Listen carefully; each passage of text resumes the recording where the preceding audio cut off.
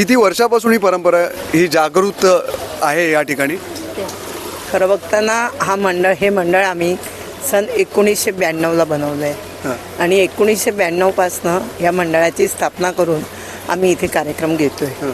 1992ला ज्यावेळेस इथे आपलं बाबरी मस्जिद तुटली होती आणि दंगल होत होत्या, त्यावेळेस महिलांना बाहेर काढण्यासाठी, महिलांसाठी आवाज उठवण्यासाठी आम्ही हा जोगेश्वरी महिला एकता मंडळ, आमचे एक अण्णा खाडे होते, अण्णा खाडे म्हणजे अशोक खाडेंचे वडील, त्या अण्णा खाडेंनी आमच्या मंडळाची स्थापना केलेली आणि आम्ही लोकांनी या मंडळाचं स्थापना केल्यानंतर या मंडळात महिला एकत्रित येऊन कार्य करायला लागलो आणि त्या 92पासून आम्ही नवरात्रीची पण स्थापना केली.